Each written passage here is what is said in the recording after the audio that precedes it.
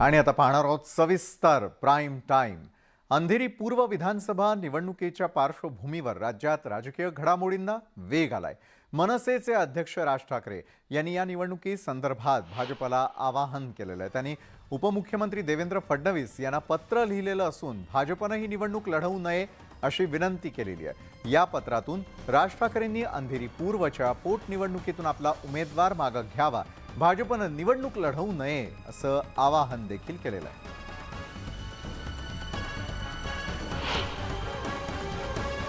अतिशय चांगलं काम करणारा अतिशय चांगला माणूस आज गेला आणि अशा परिस्थितीमध्ये त्याच्या पत्नी जर समजा तिथे उभ्या राहत असतील तर म्हणून मी एक फक्त देवेंद्रजींना मी एक विनंती केली की अशा सगळ्या परिस्थितीमध्ये आपण कशासाठी एक असं निवडणूक आहे बरं 2024लाच विधानसभेच्या सगळ्या निवडणुका एक वर्षभरासाठीचा एक आमदारकी ही आहे।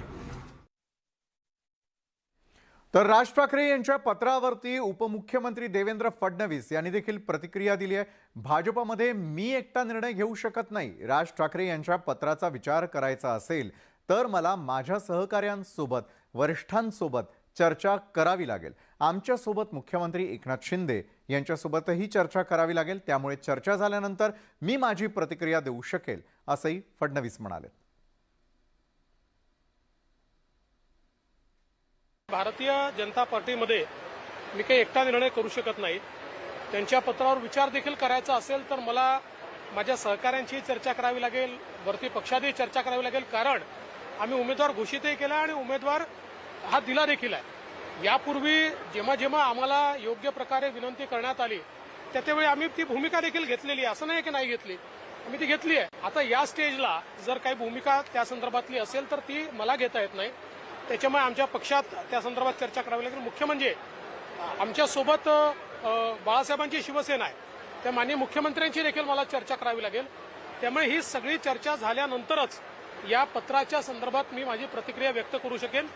ठीक आहे, त्यांनी चांगल्या भावनेने ते पत्र पाठवलेलं आहे, जरूर आम्ही सिरियसली त्या पत्राचा विचार करू, पण निर्णय जो काही घ्यायचा आहे तो मात्र चर्चेअंतीच आम्हाला घेता येईल, त्याशिवाय घेता येणार नाही। बिनविरोधच होते आणि विरोधी पक्ष कधी आपला उमेदवार उभा करत नाही, पण ह्या ठिकाणी आपलं दुर्दैव किंवा समोरच्या पार्टीच्या मनात काही आहे कल्पना नाही, पण त्यांचं काही असेल की बाबा उमेदवार असा आहे की आपण निवडणूक लढवलीच पाहिजे।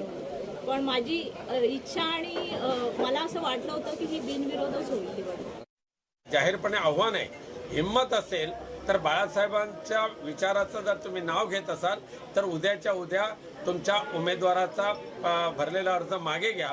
भारतीय जनता पक्षाने टाकलेल्या उमेदवाराची जी तुम्ही लाचारी पत्करलेली आहे ती बंद करा आणि ऋतुजाताई लटकेंची निवडणूक बिनविरोध करण्याचं एक जो पॉइंट आहे तो तुम्ही अनुसरा, असं माझं म्हणणं आहे। राष्ट्रवादीचे अध्यक्ष शरद पवार यांनी अंधेरी पोटनिवडणुकीमध्ये ऋतुजा लटके यांना बिनविरोध निवडून देण्याचं आवाहन केलंय। गोपीनाथ मुंडेंच्या निधनानंतर प्रीतम मुंडे यांना राष्ट्रवादीनं समर्थन दिलेलं होतं आणि त्यांच्या विरोधात राष्ट्रवादीनं उमेदवार दिलेला नव्हता असंही शरद पवार यावेळी म्हणाले। निवडणूक प्रतिष्ठेची न करता लटके यांना निवडून दिल्यास राज्यात योग्य संदेश जाईल असंही शरद पवारांनी म्हटलंय। विधिमंडळाचे योगदान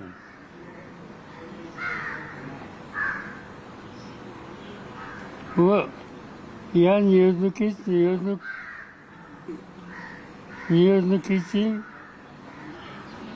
निवडून येणाऱ्या प्रतिनिधीचा कालावधी पाहता ही निवडणूक अविरोध करणं योग्य होईल व महाराष्ट्रामध्ये योग्य संदेश जाईल।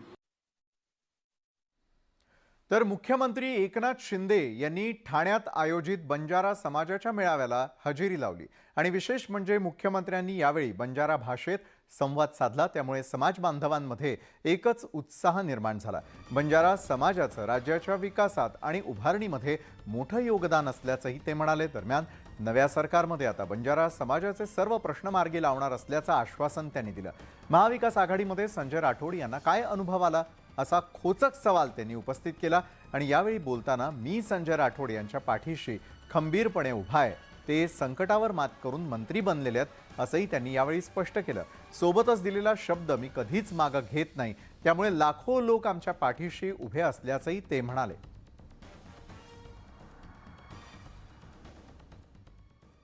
बंजारा भवनच्या या ठिकाणी मुद्दा मांडलाय. मी तातडीने नव्या मुंबई सिडकोमध्ये त्या ठिकाणी कुठे भूखंड आहे तो तसा देण्याच्या सूचना या ठिकाणी मी सिडकोच्या अधिकाऱ्यांना देईन. आपल्या सगळ्यांना माहित आहे की पूर्वी सरकारमध्ये संजय राठोड होते, मी होतो. संजय राठोडला आलेला अनुभव तुम्हाला माहिती आहे, मी काही त्याच्यावर आज बोलणार नाही. परंतु माझा अगोदरपासून इतक्या वर्षामध्ये मी राजकारणात समाजकारणात आहे, माझा एक स्वभाव आहे. आपले जे सहकारी असतात, आपले सवंगडी असतात, आपले साथी सोबती असतात, जेव्हा त्याच्यावर संकट येतं तेव्हा त्याला वाऱ्यावर सोडता कामा नये. दिलेला शब्द मी पाळतो, म्हणूनच माझ्या सोबत 1 नाही, 5 नाही, 10 नाही, 20 नाही, 50 आमदार माझ्या सोबत होते. कारण मी एकदा शब्द दिला, एकदा कमिटमेंट केली, मागे फिरणं हा माझा स्वभाव नाही. परंतु आता या राज्यामध्ये आपल्याला कुठेही मागे राहावं लागणार नाही. कारण या राज्यामध्ये आता शिवसेना भाजपचं तुमच्या सगळ्यांचं लोकांचं जनतेचं सरकार स्थापन झालेलं आहे. बाळासाहेबांचं हिंदुत्व आम्ही पुढे नेत असल्याचं सांगत यात आम्ही कोणतीही तडजोड करणार नाही असं मत राज्याचे मुख्यमंत्री एकनाथ शिंदेंनी व्यक्त केलं. ठाण्यात आयोजित विराट संत संमेलनात ते बोलत होते. अयोध्येमध्ये राम मंदिर व्हावं आणि देशात 370 कलम हटवणं हे बाळासाहेबांचं स्वप्न होतं. तीच स्वप्न मोदींनी पूर्ण केल्याचं मुख्यमंत्र्यांनी सांगितलं. मुख्यमंत्री बाळासाहेब ठाकरे यांचे हिंदुत्व आम्ही पुढे नेतोय असं देखील म्हणाले आणि यासाठी आम्ही कोणतीच तडजोडही करणार नसल्याचं त्यांनी बोलून दाखवलं. के आशीर्वाद से, जनता के आशीर्वाद से छोटा सा कार्यकर्ता इस बड़े महाराष्ट्र जैसे राज्य का मुख्यमंत्री बना.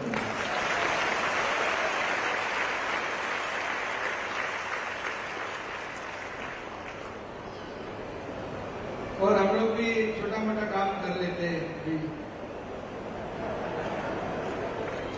3 महीना पहले तो बड़ा काम कर दिया. जी कौन सा काम, जी कौन से काम की चर्चा कर रहे हैं आप? कोई काम छोटा नहीं करते, पूरी दुनिया ने देख लिया है जैसे छोटे छोटे काम.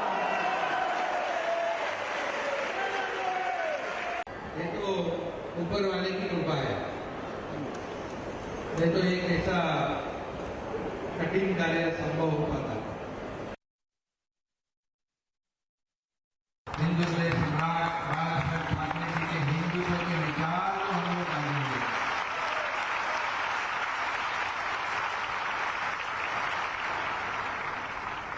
और उनके विचार को कभी भी कोई सत्ता के लालच में या फायदे के लिए कभी भी उससे तड़जोड़ हम नहीं करेंगे, कॉम्प्रोमाइज भी नहीं करेंगे.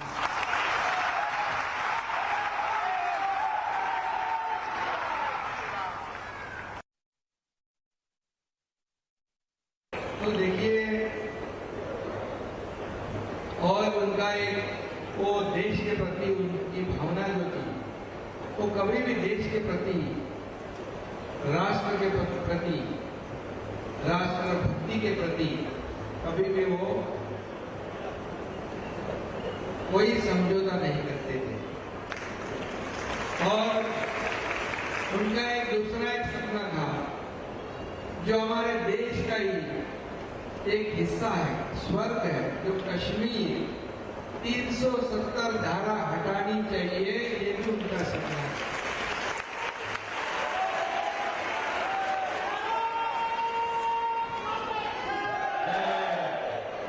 और वो भी कहा इस देश के परम आदरणीय प्रधानमंत्री मोदी जी ने अमित शाह जी के द्वारा पूरा कर दिया।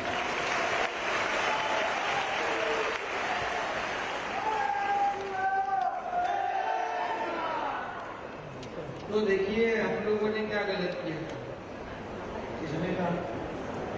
जो अभी कहते हैं उनको आपको नहीं, अगर आप गलत करते तो हम यहाँ बुलाते नहीं आप।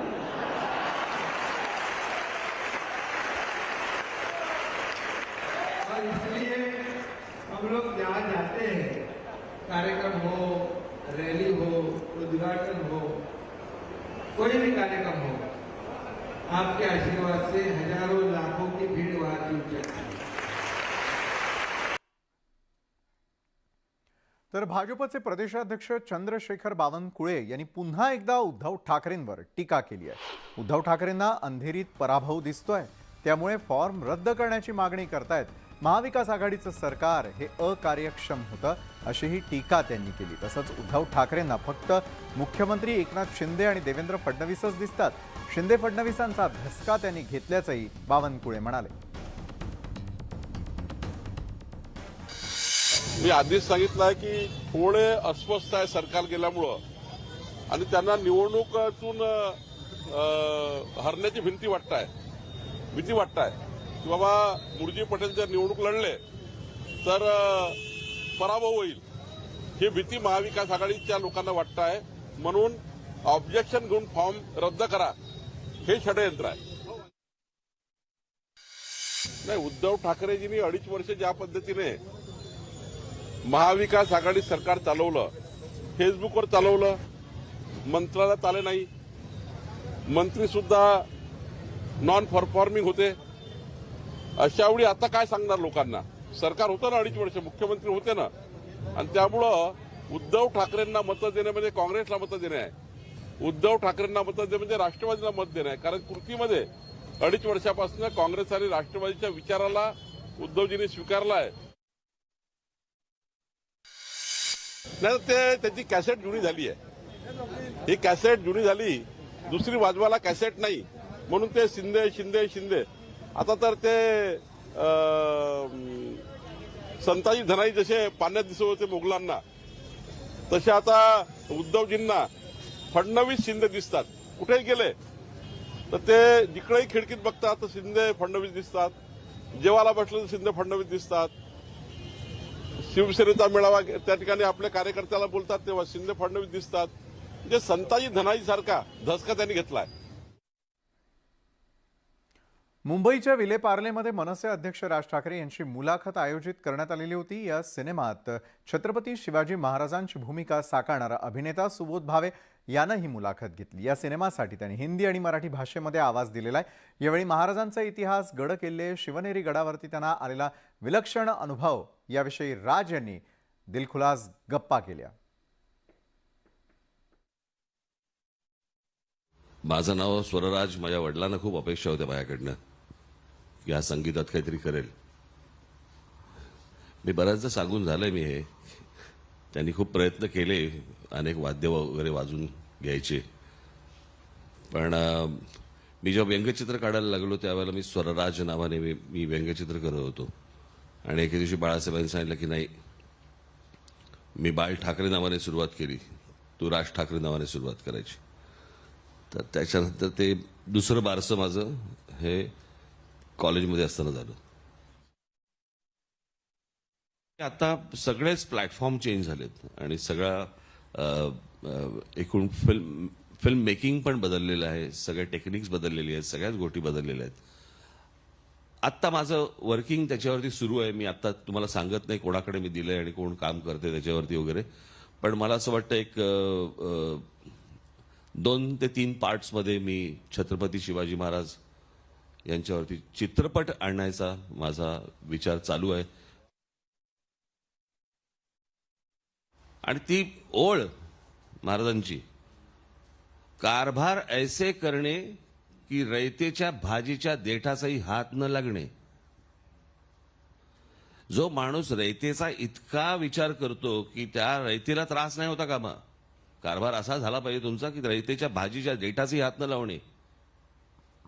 मला असं वाटतं की कुठेतरी हा तुम्ही एक काय म्हणतो आपण त्याला तो त्या वेळेचा संदर्भ असला तरी त्याच्याकडे बघताना तुमचा संदर्भ काम करणं तुमचं की हे महाराष्ट्रातलं असो किंवा देशातलं असो हे जे ओरबाडणं सुरू आहे सगळ्या बाजूनी हे ओरबाडणं थांबलं पाहिजे. परंतु ह्याच्यामध्ये बहुसंख्य तुम्हाला दिसतं समोर दिसतं चित्र की हे फक्त नुसते ओरबाडायला आलेत. ते ओरबाडणं कुठेतरी थांबलं पाहिजे अशी माझी एक अपेक्षा आहे. निवडणुकीसाठी पैसे लागतात का? हो लागतात. पक्ष चालवायला पैसे लागतात का? हो लागतात. लागून लागून किती लागतात? पण ते जे संपूर्ण सगळ्या बाजूने ते जे ओरबाडणं सुरू आहे म्हणजे एखादा ते जे हायनाज असतात तरसं असतात त्या तरसांच्या हातामध्ये एखादा हत्ती सापडावा तशी मला असं वाटतं राज्याची परिस्थिती आहे. एकाने तिथे विचारलं की जिजाऊ साहेब तुम्ही का नाही दिलं त्यांना तर द्यायची सवय लागली पाहिजे. राजा असा असावा जो राजा द्यायची सवय असली पाहिजे त्याला घ्यायची सवय नाही. आणि मला असं वाटतं हे बारीक बारीक बारीक बारीक जे प्रसंग आहेत महाराजांच्या आयुष्यातले हे ह्या युद्ध लढाया वगैरे ह्या सगळ्या परिचित आहेत. आणि संत ज्ञानेश्वर माऊली इथे आले. इतके संत आपल्याकडे या महाराष्ट्राच्या भूमीमध्ये जन्माला आले आणि ज्यांनी ज्याला काय म्हणू ही महाराष्ट्राची माती सुपीक केली त्यांनी विचारांनी सुपीक केली अशी इतकी माणसं आणली आणि आम्ही काय करतोय त्यांना आम्ही जातीत बांधतोय. हे मराठ्यांचे हे दलितांचे हे माळ्यांचे हे ब्राह्मणांचे इतका घाणेरडा विचार असलेला महाराष्ट्र मी कधी बघितला नाही ह्याच्या अगोदर. अहो ही माणसं सगळ्यांची आहेत. हे सर्व दूर पोहोचवली पाहिजेत आपण की आमच्याकडे कोणते विलक्षण माणसं होऊन गेली काय प्रकारची माणसं होऊन गेली हे आपण पोहोचवलं पाहिजे लोकांपर्यंत. ते न पोहोचवता आम्ही सांगतोय हे आमचे ह्यांचं नाव तुम्ही नाही घ्यायचं हे आमचे ह्यांचं नाव ह्याच्यावर तुम्ही नाही लिहायचं.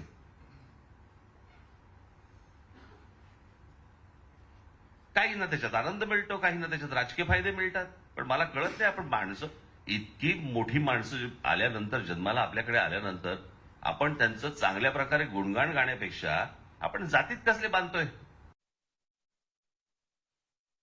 छत्रपतींना 18 पगड जातींना सगळ्यांना बरोबर घेऊन स्वराज्याची मांडणी करणारा माणूस त्या माणसाला आम्ही जातीत बांधतोय.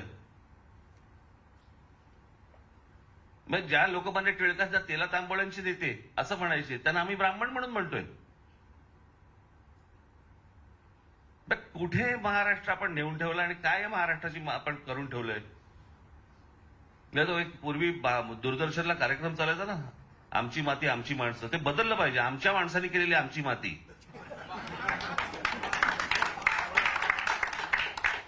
त्याचं शीर्षकच बदललं पाहिजे त्याचं. शिंदे फडणवीस सरकारमधील मंत्री शंभूराज देसाईंनी अजित पवारांवर जोरदार टीकास्त्र सोडलं. अजितदादांना सरकार पडेल हे बोलल्याशिवाय पर्याय नाही कारण त्यांना त्यांचे आमदार टिकवायचे तर सत्तेमध्ये नसल्यानं त्यांची अवस्था पाण्याविना मासा अशी झालेली आहे असा टोलाही त्यांनी लगावला. दरम्यान गेल्या सरकारच्या काळात संपूर्ण सरकार हे राष्ट्रवादी चालवत होतं त्यामुळे सर्व निधी राष्ट्रवादीला गेला तर आम्हाला बोलण्यासाठीही संधी दिली नाही असा घणाघातही त्यांनी केला.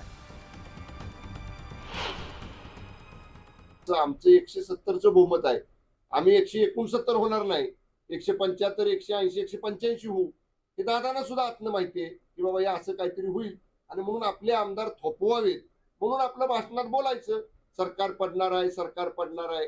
त्यामुळं याला फारसं या ठिकाणी आम्ही महत्व देत नाही. मी कालही बोललो अजितदादांची अवस्था पाण्याविना जसं मासा तसं सत्तेविना अजितदादा हे समीकरण आता महाराष्ट्रात झालेलं आहे.